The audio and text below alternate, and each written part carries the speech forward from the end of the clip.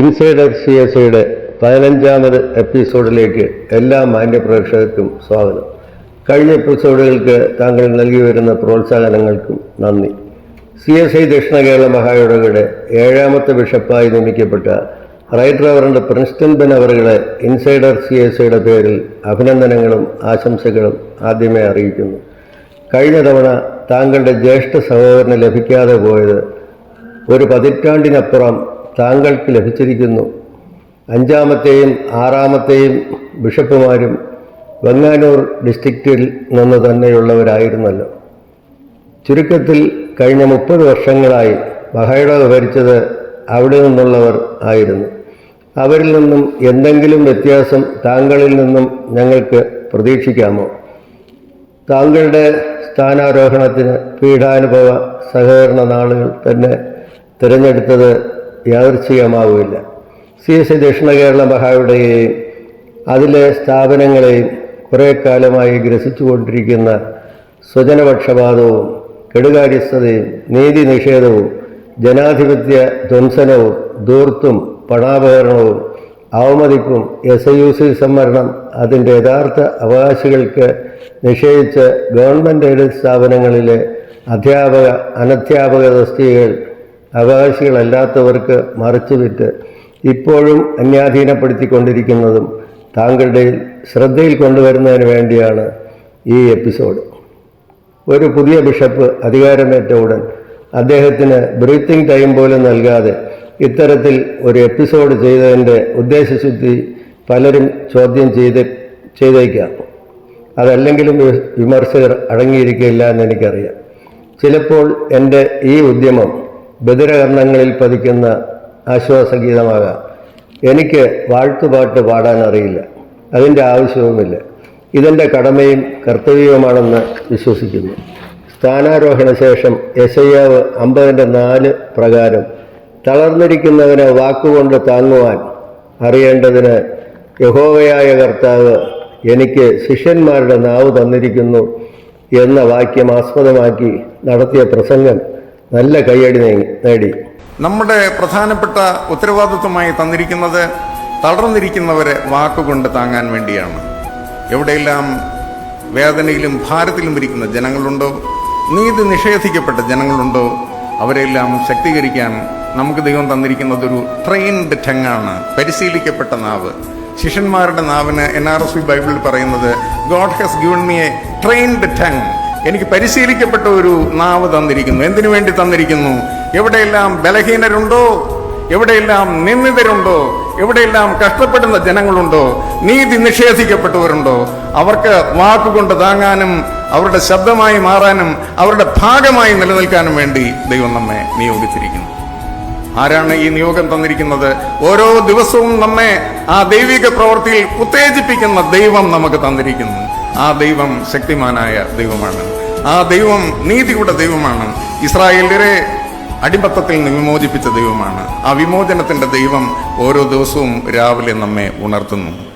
എത്രയോ കാലങ്ങളായി ശുശ്രൂഷകരും ബിഷപ്പും ഇരിക്കുന്ന വേദികളിൽ ദൈവനിർണയും സഭാവിശ്വാസികളെ അവഹേളിച്ചും എത്രയോ പേർ സംസാരിച്ചിരിക്കുന്നു. അന്നൊക്കെ അതിനെ ചിരിച്ച് പ്രോത്സാഹിപ്പിച്ചവർ LMS കാമ്പൗണ്ടിലുണ്ടായിരുന്ന കത്തീഡ്രലിനെ രാത്രിയുടെ ഇരുട്ടിൻ്റെ മറവിൽ ബുൾഡോസർ കൊണ്ട് ഇടിച്ചു നിരത്തി വാഴ നട്ടപ്പോൾ വായ് തുറക്കാതിരുന്നവർ, എൻ്റെ ദൈവത്തിൻ്റെ ആലയത്തിലെ കാവൽക്കാരനായിരിക്കുന്നത് എനിക്ക് ഏറെ ഇഷ്ടം എന്ന് നാഴികയ്ക്ക് 40 വട്ടം ഉരുവിടുന്നവർ നോക്കി നിൽക്കെ MM ചർച്ചിൻ്റെ വാതിൽ കൂടം വെച്ച് അടിച്ചു തകർത്തപ്പോൾ നാവിറങ്ങിപ്പോയവർ, സഹപ്രവർത്തകരായ ശുശ്രൂഷകന്മാരെ തൊഴിൽ നിഷേധിച്ച് പട്ടിണിക്കിട്ടപ്പോൾ തൻകാര്യം മാത്രം നേടിയവർ, ഇവർക്കാർക്കും തളർത്തപ്പെട്ടവരെ വാക്കുകൊണ്ടെങ്കിലും താങ്ങുന്നതിന് ശിഷ്യന്മാരുടെ നാവ് ഇല്ലാതെ പോയി. അതിൽ ചില തീവ്ര നിലപാടുകാർ കോടികൾ പിരിച്ച് സുപ്രീം കോടതി വരെ കേസ് നടത്തി. അവരിപ്പോൾ ആശയം അടിയറ വച്ച് ആമാശയത്തിന് കീഴടങ്ങി കുരിശടിയിൽ ശരണം പ്രാപിച്ചു. സഭകളിൽ തിരഞ്ഞെടുക്കപ്പെട്ട കമ്മിറ്റികളെ ഭരണഘടനാവിരുദ്ധമായി പിരിച്ചുവിട്ടപ്പോഴോ, നിസാര കാരണങ്ങൾ പറഞ്ഞ് നിരവധി സഭകളിൽ തിരഞ്ഞെടുപ്പ് നടത്താതെ അട്ടിമറിച്ചപ്പോഴോ, വോട്ടർ പട്ടികയിൽ നിന്നും അകാരണമായി വോട്ട് വെട്ടുമാറ്റിയപ്പോഴോ താരതമ്യേന ജൂനിയർമാരായ ഗ്രൂപ്പ് മാനേജർമാരെ ഡിസ്ട്രിക്റ്റ് ചെയർമാൻമാരാക്കി സീനിയർമാരെ കൊണ്ട് അവരെ കുമ്പിടിവിച്ചപ്പോഴോ സഭയുടെ കീഴിലെ സ്ഥാപനങ്ങളിൽ ജോലി ചെയ്യുന്നവരിൽ എതിർചേരിയിൽപ്പെട്ടവർ എന്ന ഒറ്റ കാരണത്താൽ നിസാര കുറ്റങ്ങൾക്ക് പോലും ശ്രീ ജപസിംഗിനെ പോലുള്ളവരെ പിരിച്ചുവിട്ട് അപ്പോഴും ശിഷ്യന്മാരുടെ നാവും ആർക്കുമില്ലായിരുന്നു.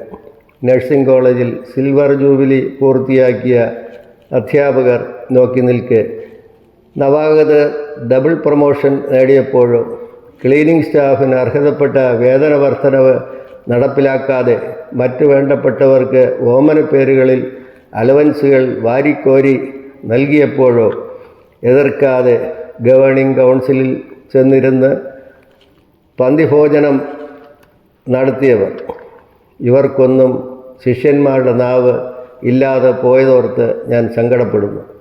സഭയ്ക്കൊന്നാകെ നാണക്കേടുണ്ടാക്കിയ ബിഷപ്പ് ഹൗസിലും മറ്റും നടന്ന ED റെയ്ഡ് അലങ്കാരമെന്ന് കരുതുന്നവർ, CSI CNI സഭാ മോഡറേറ്റർമാർ ദീർഘകാലം പണാപഹരണത്തിന് ജയിൽവാസം അനുഭവിച്ചത് ധീര നേതൃത്വം എന്ന് വാഴ്ത്തിപ്പാടിയവർ, ബിഷപ്പ് ഹൗസും ഡയോസിഷൻ ആസ്ഥാന ഓഫീസും സമാധാന ലംഘനം കാരണം മാസങ്ങളോളം സർക്കാർ അടച്ചിട്ടതും സഭാജനങ്ങൾക്ക് തളർച്ചയുണ്ടാക്കിയ കാര്യങ്ങളല്ലേ. കാരക്കോണം മെഡിക്കൽ കോളേജിൽ MBBS PG കോഴ്സുകൾക്ക് അഡ്മിഷൻ വാഗ്ദാനം നൽകി കോടികൾ പിരിച്ചതും അതിനെതിരെ admission supervisory committee chairman justice Rajendrababu, അന്നത്തെ bishop Dharmaraj Rasalam, doctor Bennett Abraham, Shri P Thankaraj എന്നിവർക്കെതിരെ ക്രിമിനൽ കേസ് എടുക്കണം എന്ന് കാണിച്ച് സർക്കാരിന് ശുപാർശ സമർപ്പിച്ചതും നമുക്കറിയാം. വഞ്ചിക്കപ്പെട്ടവർ നൽകിയ ക്രിമിനൽ കേസുകളിൽ ക്രൈംബ്രാഞ്ചും എൻഫോഴ്സ്മെൻറ്റ് ഡയറക്ടറേറ്റും ചാർജ് ചെയ്ത കേസുകൾ ഇപ്പോഴും തീർപ്പായിട്ടില്ല. ഇതിനു പുറമെയാണ് കോഴയോടൊപ്പം മെഡിക്കൽ വിദ്യാർത്ഥികളിൽ നിന്നും മറ്റു അഡ്വാൻസ് ഫീ ഇനത്തിൽ 2017 വരെ പിരിച്ച ഏകദേശം 38 കോടിയോളം രൂപ 9 വർഷങ്ങൾ കഴിഞ്ഞെങ്കിലും ഇതുവരെയും ക്രമവൽക്കരിക്കപ്പെട്ടിട്ടില്ല. എന്നാൽ ഈ തുക 2025 ഒറ്റ വർഷം മാത്രം പാവപ്പെട്ടവരുടെ ചികിത്സാ ചെലവുകൾക്ക് ധർമ്മം നൽകിയതായി കള്ള റിപ്പോർട്ടുണ്ടാക്കി കഴിഞ്ഞ 3 ഗവേണിംഗ് കൗൺസിലുകളുടെ അംഗീകാരത്തിനായി കൊണ്ടു നടക്കുന്നു. ചാർട്ടേഡ് അക്കൗണ്ടൻ്റ് ജാഗ്രത പാലിക്കുന്നത് നല്ലത്. ഇത് സംബന്ധിച്ച് ഞാനൊരു കേസും ഫയൽ ചെയ്തിട്ടുണ്ട്. മലയാളം അറിയാത്ത ബിഷപ്പുമാർ ചാരിറ്റിയൊക്കെ തലയാട്ടി അംഗീകരിച്ചിട്ടുണ്ടാകാം. ചിലപ്പോൾ ക്യാമ്പസിനെ പുണ്യഭൂമി എന്നൊക്കെ വിളിച്ചിട്ടുണ്ടാകാം. കൈപ്പറ്റി യാത്രപ്പടിയുടെയും സമ്മാനങ്ങളുടെയും തോതനുസരിച്ച് അവർ പലതും പറയും. ഇത് കേട്ട് നാം ആരും ഭ്രമിച്ചു പോകരുത്. മെഡിക്കൽ കോളേജിൻ്റെ ചെയർമാൻ എന്ന നിലയിൽ താങ്കളെ ചതിക്കുഴിയിൽ വീഴ്ത്താതെ സൂക്ഷിക്കുന്നത് നന്നായിരിക്കും. മെഡിക്കൽ കോളേജിൽ സമാന്തരമായി 2 കണക്ക് ബുക്കുകൾ എഴുതി സൂക്ഷിക്കുന്നു എന്ന് ബിഷപ്പ് ധർമ്മരാജ റസാലത്തെ കൊണ്ട് അഡ്മിഷൻ സൂപ്പർവൈസറി കമ്മിറ്റിയിൽ റിട്ടേൺ സ്റ്റേറ്റ്മെൻറ്റ് ഫയൽ ചെയ്യിപ്പിച്ച മിടുമിടുക്കന്മാരാണ് അവിടെയുള്ളത്. മെഡിക്കൽ കോളേജിൽ ഇതര ഡയോസിസ് അംഗത്തെ കൺട്രോളർ ആക്കി വച്ചിരിക്കുന്നത് നന്നായി. അതല്ലെങ്കിൽ കള്ളക്കണക്ക് അങ്ങാടിപ്പാട്ടായേൻ. എന്നിട്ടും ഞങ്ങൾ ഇതൊക്കെ അറിയുന്നു എന്നതാണ് വാസ്തവം. അവിടെ നടക്കുന്ന പണാപഹരണവും ധൂർത്തും കെടുകാര്യസ്ഥതയും അറിയണമെങ്കിൽ 2024 ആഡിറ്റ് സർട്ടിഫിക്കറ്റിലെ കണ്ടെത്തലുകൾ മാത്രം വായിച്ചാൽ മതി. അത് മനസ്സിലാക്കിയാൽ എത്ര കോടി രൂപയുടെ GST വെട്ടിപ്പാണ് നടന്നതെന്നും ജീവനക്കാർക്ക് അന്നം കൊടുക്കാനെന്ന പേരിൽ ശരിയായ വൗച്ചർ പോലും ഇല്ലാതെ ലക്ഷങ്ങളുടെ ചെലവുകളും അക്കമിട്ട് പറയുന്നത് വെറും സാമ്പിളുകൾ മാത്രം. 8 സ്കൂളുകൾക്ക് തറക്കല്ലിട്ടത് വലിയ കാര്യം തന്നെ. ടെൻഡർ എമൗണ്ട് PWD റേറ്റിനേക്കാൾ എത്ര മടങ്ങെന്ന് കൂടി താങ്കൾ അന്വേഷിച്ചറിയണം. ഇത് മഹായിടവയ്ക്കും അതിൻ്റെ മറ്റ് സ്ഥാപനങ്ങൾക്കും കൂടി ബാധകമാണ്. ആവർത്തന പുസ്തകം 16-19 ന്യായം മറിച്ച് കളയരുത്, മുഖം നോക്കരുത്, സമ്മാനം വാങ്ങരുത്, സമ്മാനം ജ്ഞാനികളുടെ കണ്ണു കുരുടാക്കുകയും നീതിമാന്മാരുടെ കാര്യം മറിച്ച് കളയുകയും ചെയ്യുന്നു എന്നും പുറപ്പാട് 23:2 ബഹുജനത്തെ അനുസരിച്ച് ദോഷം ചെയ്യരുത്, ന്യായം മറിച്ച് കളവാൻ ബഹുജനപക്ഷം ചേർന്ന് വ്യവഹാരത്തിൽ സാക്ഷ്യം പറയരുതെന്നും എഴുതിയിരിക്കുന്നത് ഞാൻ എനിക്ക് വേണ്ടി ഓർക്കുന്നു. താങ്കളുടെ ഒപ്പമുള്ള വൈദികരുടെ പ്രോവിഡൻറ്റ് ഫണ്ട്, വെൽഫെയർ ഫണ്ട്, ഉറ്റവരുടെ സ്മാരക ഫണ്ടുകളെല്ലാം കൂടി ഏകദേശം 35 കോടി രൂപയോളം വരും. അതെവിടെ നിക്ഷേപിച്ചിരിക്കുന്നതെന്ന് താങ്കളും അറിഞ്ഞു വയ്ക്കണം. ഇത് സംബന്ധിച്ച് ഞാൻ മഹായിടവ ട്രഷറർക്ക് കത്ത് നൽകിയെങ്കിലും ദീർഘകാലമായി മറുപടിയൊന്നുമില്ല.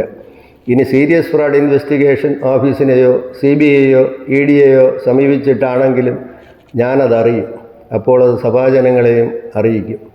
CSI ഭരണഘടനകൾ പ്രകാരം ബിഷപ്പിന് സാമ്പത്തിക അധികാരമില്ല എങ്കിലും രജിസ്ട്രേഡ് സൊസൈറ്റികളുടെ ചെയർമാൻ എന്ന നിലയിൽ ജോയിൻ്റ്ലി ആൻഡ് സെവറലി ലയബിളാണ് കാര്യങ്ങൾ. സഭയ്ക്ക് നഷ്ടപ്പെട്ട തുകകൾ തിരിച്ചുപിടിക്കുന്നതിന് നിയമ നടപടികൾ സ്വീകരിച്ചില്ലെങ്കിൽ അപഹരണത്തിന് താങ്കളും കൂട്ടുനിന്നതായി കണക്കാക്കപ്പെടും. മുൻഗാമിയുടെ അവസ്ഥ നമ്മുടെ മുമ്പിൽ ഉദാഹരണമായിട്ടുണ്ട്. കാരക്കോണം നഴ്സിംഗ് കോളേജിലെ പ്രിൻസിപ്പാൾ CSI സഭാ അംഗം അല്ലാത്തതിനാൽ CSIക്കാരിയായ അവിടുത്തെ വൈസ് പ്രിൻസിപ്പലിനെ കള്ള ഉത്തരവിലൂടെ പ്രിൻസിപ്പലാക്കി മഹായിടവ വോട്ടർ പട്ടികയിൽ പേര് ചേർത്ത് അവർ വോട്ട് ചെയ്യുകയും ചെയ്തു. സഭകളിൽ കള്ളപ്പരാതി എഴുതി വാങ്ങി പരാതിയുടെ പകർപ്പ് പോലും കുറ്റാരോപിതർക്ക് നൽകാതെ സാമാന്യനീതി നിഷേധിച്ച് അന്യായം മാത്രം തൊഴിലാക്കിയ വൈദികർ തയ്യാറാക്കിയ അന്വേഷണ റിപ്പോർട്ടുകൾ അംഗീകരിച്ച് വോട്ട് വെട്ടിയ അന്യായ തീരുമാനങ്ങൾ നിമിത്തം തളർന്നിരിക്കുന്നവർ അനേകരുണ്ട് സർ. അവരെ വാക്കുകൊണ്ടെങ്കിലും താങ്ങുന്നതിന് ശിഷ്യന്മാരുടെ നാവ് ഉള്ള ആരെയും ഞാൻ കണ്ടില്ല. ഇത്തരം പ്രവൃത്തികളുടെ ഗുണഭോക്താക്കളല്ലേ മഹായിടവയെ ഇപ്പോൾ നയിച്ചുകൊണ്ടിരിക്കുന്നത്. കോർപ്പറേറ്റ് മാനേജറുടെ ഓഫീസ് ഭരിക്കുന്നത് SIUC-കാരനല്ല. സ്കൂളുകളിലും കോളേജുകളിലും അനധ്യാപക നിയമങ്ങൾ ബഹുഭൂരിപക്ഷവും SIUC-കാരല്ല. എന്നിട്ടും SIUC സംവരണത്തിന് വേണ്ടി പോരാടുമ്പോൾ ഇതുപോലുള്ള തമാശകൾ പറഞ്ഞ് ഇനിയും ഞങ്ങളെ ചിരിപ്പിക്കരുത്. താങ്കളുടെ പ്രസംഗത്തിൻ്റെ ക്ലൈമാക്സിൽ കൊള്ളാം. RSV ബൈബിളിൽ ശിഷ്യന്മാരുടെ നാവ് എന്നത് ട്രെയിൻഡ് ടങ്ങാണെന്ന് പറഞ്ഞിരിക്കുന്നത് വാക്കും പ്രവൃത്തിയും തമ്മിൽ ഒരു ബന്ധവുമില്ല എന്നതുകൊണ്ട് തന്നെ. എൻ്റെ പ്രിയപ്പെട്ട ബിഷപ്പ്, ഏതെങ്കിലും ഒരു ഗ്രൂപ്പിൻ്റെ ബലത്തിലല്ലാതെ ആർക്കും ബിഷപ്പാകുവാൻ കഴിയുകയില്ല എന്ന് താങ്കളെപ്പോലെ തന്നെ ഞങ്ങൾക്കും അറിയാം. അതിൻ്റെ ഭാഗമായി താങ്കൾ അവരോടൊപ്പം എല്ലാ കാര്യങ്ങളിലും പങ്കുചേർന്നിട്ടുണ്ടാകാം. അതുകൊണ്ടാണ് ഭരണഘടനയിൽ ബിഷപ്പിൻ്റെ നിയോഗമല്ല മറിച്ച് നിയമന വ്യവസ്ഥകളാണ് ചേർത്തിരിക്കുന്നത്. SIUC വിഭാഗത്തിൻ്റെ വിദ്യാഭ്യാസ തൊഴിൽ അവകാശങ്ങൾക്ക് വേണ്ടി MBBS PG അഡ്മിഷന് കണ്ട വഴിപോക്കരെയെല്ലാം SIUC-കാരാണെന്ന് സാക്ഷ്യപ്പെടുത്തിയവരെയും ഒപ്പം കൂട്ടി താങ്കൾ പോരാടും എന്നും അറിയാം. ബിഷപ്പാകുന്നതിന് മുമ്പ് മഹായിടവകയിൽ നടന്നിരുന്നതും എല്ലാം നന്നായി അറിയാവുന്ന ആളാണല്ലോ. വരുന്ന അധ്യയന വർഷം താങ്കളുടെ നിയോഗം ഞങ്ങൾക്ക് ദൈവം വെളിപ്പെടുത്തി തരട്ടെ എന്ന് കാത്തിരിക്കുന്നു. 2015 ആർക്കും വേണ്ടാത്ത ഒരു ഭരണഘടന വരുത്തിവെച്ച വിന അറിവുള്ളതാണല്ലോ. 30/1/2016 ഞാൻ ഉൾപ്പെടെ 14 പേരെ വോട്ടവകാശം നിഷേധിച്ച് പുറത്താക്കി. 4/5/2018 ഞാൻ കോടതി വിധിയിലൂടെ അവകാശങ്ങൾ തിരിച്ചു പിടിച്ചു. അന്നത്തെ ബിഷപ്പ് ഒരു സാഡിസ്റ്റ് മനോഭാവക്കാരനായിരുന്നു. നാക്കെടുത്താൽ വോട്ട് വെട്ടും എന്നേ അദ്ദേഹം പറഞ്ഞിരുന്നുള്ളൂ. മിഷനറി ബിഷപ്പാണെന്നൊക്കെ പറയുമെങ്കിലും ഇഷ്ടമില്ലാത്ത വൈദികരെ മിഷൻ ഫീൽഡിലോട്ട് നാട് കടത്തുന്നതിലാണ് അദ്ദേഹം ആനന്ദം കണ്ടെത്തിയിരുന്നത്. സഭാപ്രസംഗി 10/1 ഒരു സമ്മേളനത്തിൽ ആരോ വായിച്ചു, ചത്ത ഈച്ച തൈലക്കാരൻ്റെ തൈലം നാറുമാറാക്കുന്നു എന്ന്. എൻ്റെ കുടുംബത്തിൽ നിന്നും ആരും മഹായിടവയിലോ അതിൻ്റെ സ്ഥാപനത്തിലോ ജീവനം കഴിക്കുന്നില്ല എന്നത് എൻ്റെ മുഖം ലഘുവാക്കുന്നു. മനുഷ്യ, നല്ലതെന്തെന്ന് അവൻ നിനക്ക് കാണിച്ചു തന്നിരിക്കുന്നു. ന്യായം പ്രവർത്തിപ്പാനും ദയാതൽപരനായിരിക്കാനും നിൻ്റെ ദൈവത്തിൻ്റെ സന്നിധിയിൽ താഴ്മയോടെ നടപ്പാനുമല്ലാതെ എന്താകുന്നു യഹോവ നിന്നോട് ചോദിക്കുന്നത്?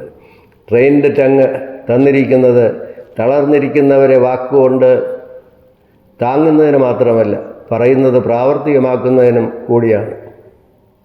നീതിബോധത്തോടുകൂടി അജപാലനം നടത്തുന്നതിന് ദൈവം ശലോമന് നൽകിയ ജ്ഞാനവും വിവേകവും സർവശക്തനായ ദൈവം ഉയരത്തിൽ നിന്നും താങ്കൾക്ക് ധാരാളമേ നൽകട്ടെ എന്ന് പ്രാർത്ഥിക്കുകയും ആശംസിക്കുകയും ചെയ്യുന്നു. നമുക്കുള്ള മഹാപുരോഹിതൻ നമ്മുടെ ബലഹീനതകളിൽ സഹതാപം കാണിപ്പാൻ കഴിയാത്തവനല്ല. പാപം ഒഴികെ സർവത്തിലും നമുക്ക് തുല്യമായി പരീക്ഷിക്കപ്പെട്ടവനത്രേ നമുക്കുള്ളത്. അടുത്ത എപ്പിസോഡുമായി വരുന്നതുവരെ ദൈവം നമ്മെ ജീവനുള്ളവരുടെ ദേശത്ത് കാത്തു സൂക്ഷിക്കട്ടെ എന്ന് പ്രാർത്ഥിച്ചുകൊണ്ട് നിങ്ങളുടെ സ്വന്തം ദേവപ്രസാദ് GP.